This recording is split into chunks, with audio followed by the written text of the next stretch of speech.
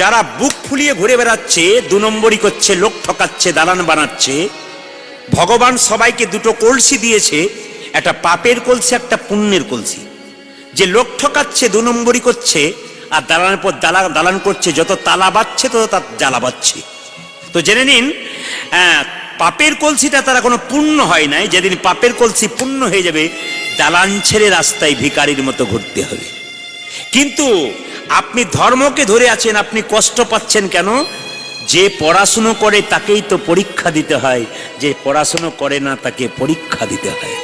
যারা ভগবানের না যারা ভগবানের নাম করে তারাই তো দুঃখ পায়, আর যারা ভগবানের নাম করে তারা সুখ পায় না, কষ্ট পায় না। কেন বলুন তো?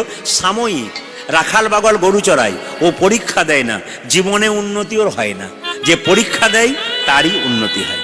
এই জন্য জেনে নিন, আপনারা যারা কষ্ট পাচ্ছেন, হরিনাম করছেন, তাদের পুণ্যের কলসিটা কোনো পূর্ণ হয় নাই। যেদিন পূর্ণ হয়ে যাবে, গোবিন্দের চরণ।